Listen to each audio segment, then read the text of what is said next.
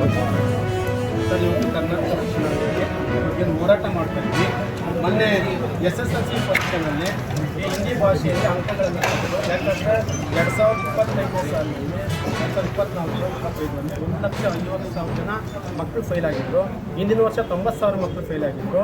ಹಾಗಾಗಿ ಕರ್ನಾಟಕ ರಕ್ಷಣೆ ಒತ್ತಾಯಪೂರ್ವಕವಾಗಿ ಅದನ್ನು ತೆಗಿಬೇಕಂತ ಬರ್ತಾ ಇದ್ದಾರೆ. ಮೊನ್ನೆ ನಮ್ಮ ರಾಜ್ಯ ಸರ್ಕಾರ ಏನು ಮಾಡಿದ್ರು, ಹಿಂದಿ ಭಾಷೆ ಹಿಂದಿ ಏನಿದೆ ಅದರಲ್ಲಿ ಅಂಕಗಳು ನಾವು ಕೊಡೋದಿಲ್ಲ, ನೀವು ಹಿಂದಿ ಭಾಷೆ ಕಲಿತು ಎಕ್ಸಾಮ್ ಬರೀರಿ ಅದನ್ನು ತಂದಿದ್ದಾರೆ, ವ್ಯವಸ್ಥೆ ಮಾಡಿದ್ದಾರೆ. ಆದರೆ ರಾಜ್ಯಪಾಲರು ಅವರು ಉತ್ತರ ಭಾರತದಿಂದ ಹಿಂದಿಯನ್ನು ಹೊರಡಿಸಿಕೊಂಡು ರಾಜ್ಯ ಸರ್ಕಾರಕ್ಕೆ ಒಂದು ಪತ್ರವನ್ನು ಬರೆದು ಹಿಂದಿ ಭಾಷೆಯನ್ನು ಮತ್ತೆ ಅದನ್ನು ಪರಿಶೀಲನೆ ಮಾಡಿರ್ತಕ್ಕಂಥ ಪತ್ರವನ್ನು ನಮ್ಮ ಉದ್ದೇಶ ಇಷ್ಟೇ ಸರ್. ಯಾವುದೇ ಕಾರಣಕ್ಕೂ ಒತ್ತಾಯಪೂರ್ವಕವಾಗಿ ಕನ್ನಡಿಗರ ಮೇಲೆ ಹಿಂದಿ ಭಾಷೆಯನ್ನು ಏರಿಕೆ ಮಾಡೋದು ಬೇಡ. ಯಾಕಂದರೆ ಇವತ್ತು ಕರ್ನಾಟಕದ ಪ್ರತಿ ದಿವಸ 5,000ಕ್ಕಿಂತ ಹೆಚ್ಚು ಉತ್ತರ ಭಾರತದವರು ಕನ್ನಡಿಗರು ವಲಸೆ ಬರ್ತಾ ಇದ್ದಾರೆ. ಅವ್ರಿಗೆ ಅಲ್ಲಿ ಉತ್ತರ ಭಾರತ ಕನ್ನಡ ಭಾಷೆಯನ್ನು ಕಲಿಸೋಕ್ಕೆ ವ್ಯವಸ್ಥೆ ಮಾಡಲಿ. ಬೇರೆ ರಾಜ್ಯಗಳಲ್ಲಿ 2 ಭಾಷೆ ಇದೆ ಸರ್, ನಮಗೂ ಗೊತ್ತಿದೆ.